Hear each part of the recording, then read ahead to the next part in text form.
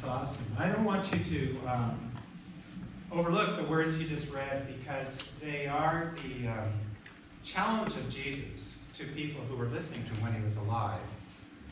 And the descendants, the people who were listening to him, had no clue what he was talking about. They actually took it as offensive.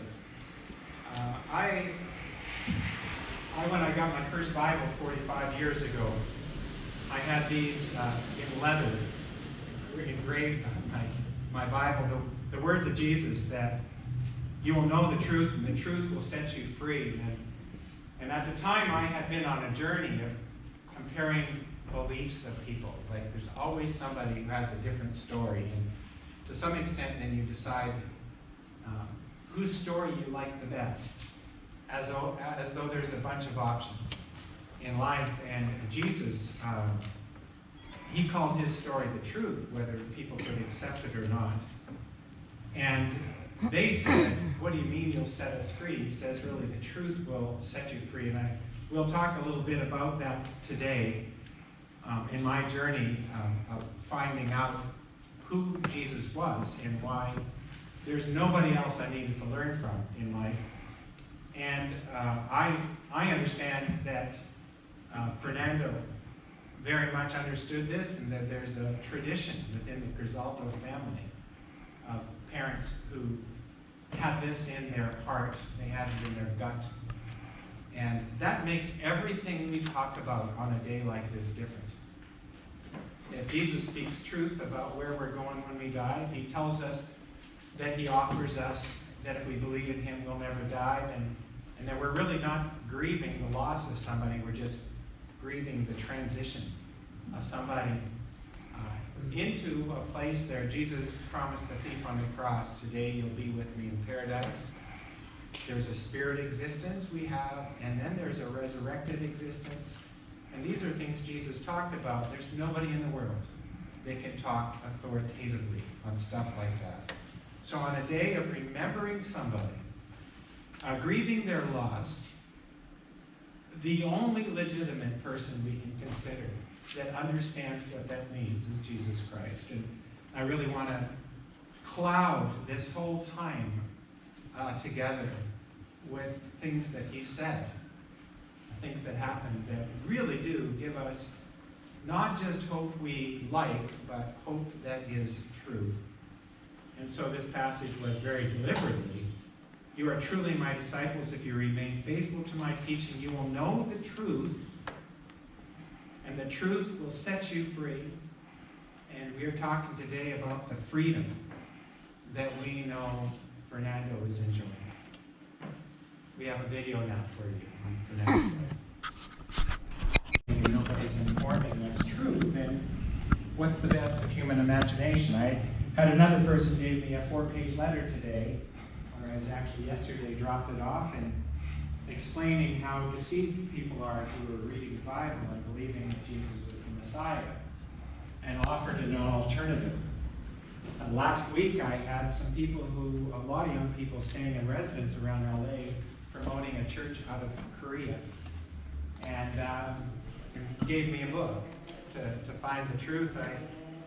I kind of resolved things pretty simply when I was about 22 years old, and didn't try to read the whole Bible. I finally read the Gospel of John, and a few things just stood out for me, clarified everything. I've never had any doubt, any wavering. We debated Mormons at my house in Canada weekly on Tuesday nights, and they believed I should be following the disciples of the Mormon Church, and I just, why? Because of Jesus. And so it was very, very confusing for the people who knew him to understand what he was talking about or to believe that he was speaking truth. And so I actually gave you some of my favorite verses in your bulletin, your program, to celebrate a little bit of my journey. So my first part of my journey is on the back page of your program. Why trust Jesus to teach us the truth? I mean, why trust him? I think that's the biggest question in life. And in fact, the truth is, the majority of people who have lived in history and the majority of people today don't trust him to teach them anything. You would know that just by asking people what their favorite teaching of Jesus is. And I actually do that all the time, and I find about 1 person in 10 can give me an answer of anything Jesus taught that becomes a go-to for them in life. So, and that's even in the church, believe it or not. A lot of people go to church and they find comfort in everything, but they really don't know him. Jesus knew that it was difficult to embrace the fact that he might be the only person in all of history to be able to teach us the truth about life. You don't have to imagine.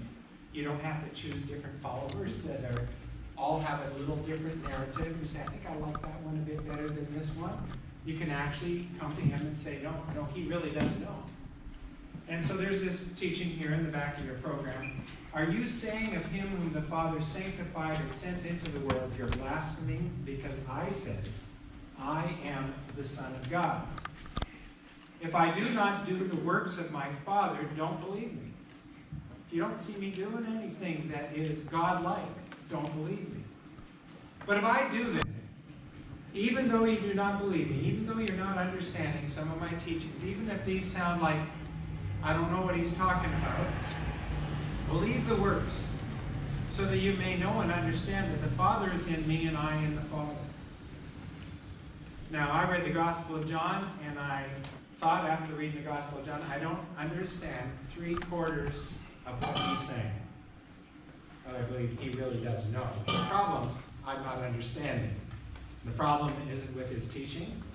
The problem is he's been places, done things, seen things, knows things that I've never seen, never been, and therefore he just knows things I don't know. I need to listen to him. On the front page,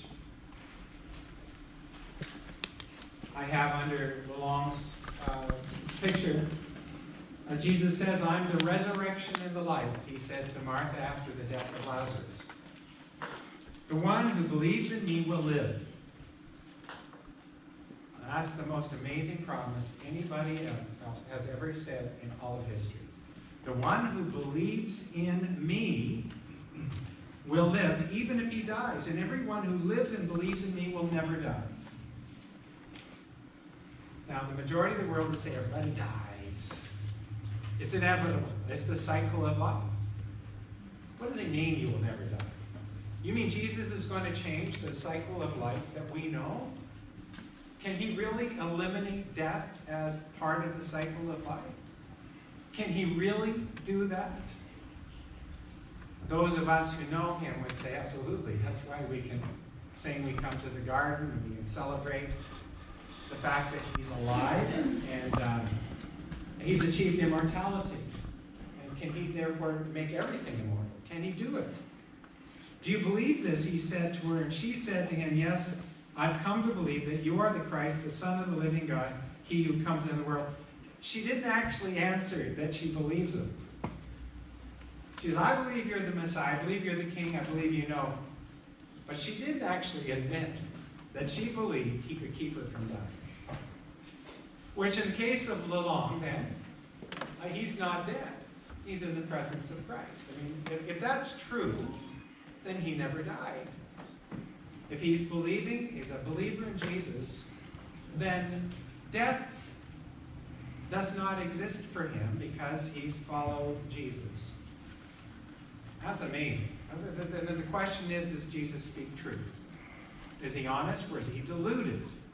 Was he a little bit confused? Or did he actually know things? We don't know. I love this story. I've got underneath the program here, I've got another one of my verses. I've contemplated the last year a lot of John chapter 9. John chapter 9, a man born blind, never had seen anything his entire life.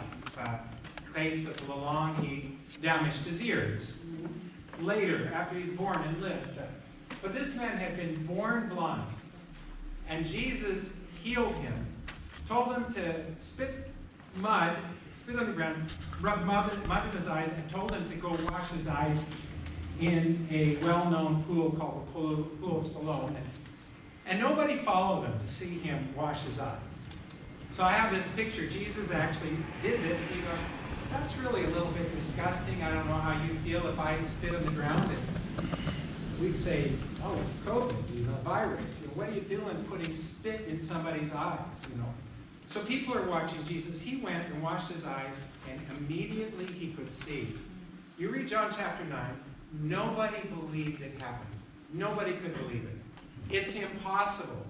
The religious leaders questioned his parents. His parents refused to admit that he'd been born blind. There's all sorts of conflict in believing in Jesus right there in John 9 with the people who witnessed it and knew him from birth. And yet, why don't people trust Jesus? Why don't they look at him? There's no question it was hard even there when you were a witness. So here's what the man said after having been questioned 3 or 4 times. He said these words.